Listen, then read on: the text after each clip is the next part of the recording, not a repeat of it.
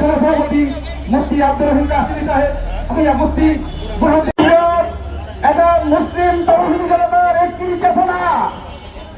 এই জুলাই আগস্টে যারা শাহাদাতের নজরানা পেশ করেছেন তাদেরকে আমরা ভুলিনি, ভুলে যাব না ইনশাআল্লাহ। পরিষ্কার ভাষায় বলতে চাই, আজকে জুলাই সনদ ঘোষণা করা হবে। এই জুলাই সনদের মধ্যে ফ্যাসিস্ট সরকারের আমলে 4টি বড় ধরনের হত্যাযজ্ঞ হয়েছে।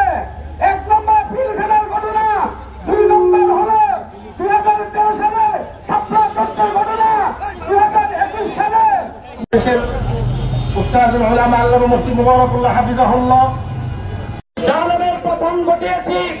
আমাদের চূড়ান্ত বিজয় হবে যখন ইসলামে সকল এমপি মন্ত্রীদেরকে কাঠগড়ায় দাঁড়ানো করানো হলেও ব্রাহ্মণবাড়িয়ার কুখ্যাত কোণে মুক্তাদির চৌধুরীকে, এই নব্য ফেরাউনকে কেন কোর্টে তোলা হলো না? ব্রাহ্মণবাড়িয়ার প্রশাসন জবাব দিতে হবে, জবাব দিতে হবে।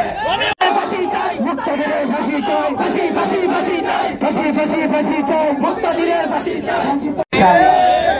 আগামীতেও যারা দেশ ইসলাম মুসলমানদের বিরুদ্ধে চক্রান্ত করবে তাদের অস্তিত্ব এই জমিনে পাওয়া যাবে না ইনশাআল্লাহ।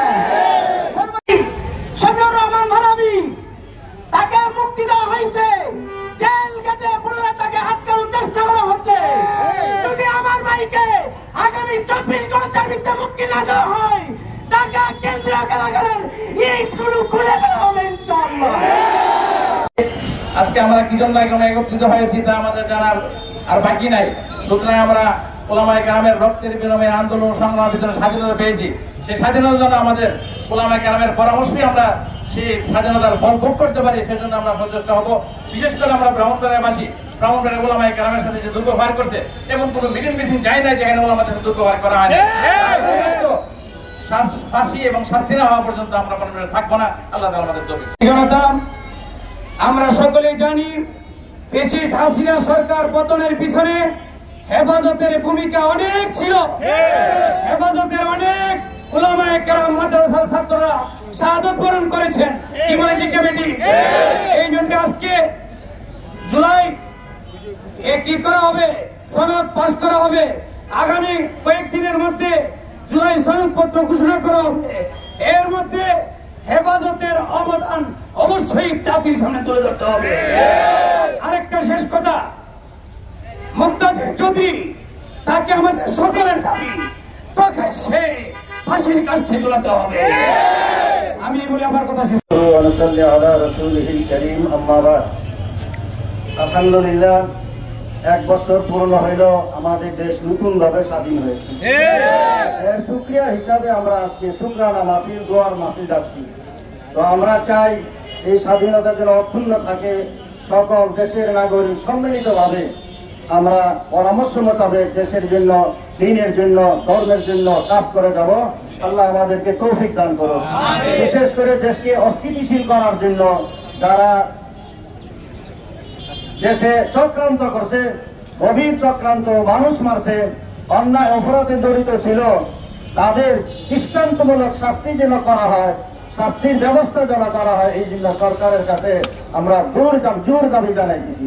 বিশেষ করে ব্রাহ্মণবাড়িয়াতে যিনি সবচেয়ে বড় দুর্নীতিবাদ ছিলেন, মানুষকে খুন করেছেন, খুনের গডফাদার হিসেবে পরিচিত করছেন উবাইদুল মুক্তাদির চৌধুরীকে প্রকাশ্যে সকলের সামনে দৃষ্টান্তমূলক শাস্তি দেওয়ার জন্য আজকের মাহফিল জোর দাবি জানাইছে।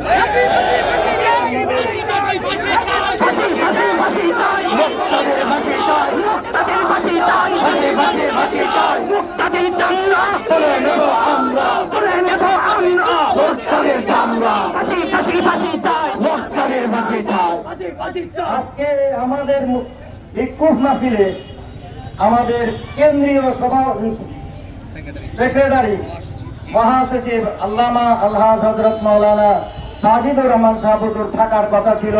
উনি বিশেষ প্রোগ্রামে কেন্দ্রীয় প্রোগ্রামে চলে গেছেন, এই জন্য উনি আসতে পারেন নাই, আমাকে এই কথাটা জানাই গেছেন। আমরা দোয়া করি আল্লাহ তাআলা আমাদের আসা যাওয়াটাকে কবুল করুন, আমাদেরকে নিবেদিত প্রাণ হইয়া দ্বীনের জন্য, দেশের জন্য, ইসলামের জন্য কাজ করে যাওয়ার তৌফিক দান করুন। তাদের শাহাদাতকে কবুল আর মঞ্জুর করেন। আল্লাহ তাদেরকে জান্নাতুল ফেরদাউসের আলা মাকাম রিজনকে সবরে জামিলের তৌফিক দান করেন। ইয়া আল্লাহ, যারা আহত হয়েছে আল্লাহ দ্রুতের সাথে দেশের সাথে নিবেদিত প্রাণ হইয়া ঐক্যবদ্ধভাবে আন্দোলন চালিয়ে যাওয়ার তৌফিক দান করেন।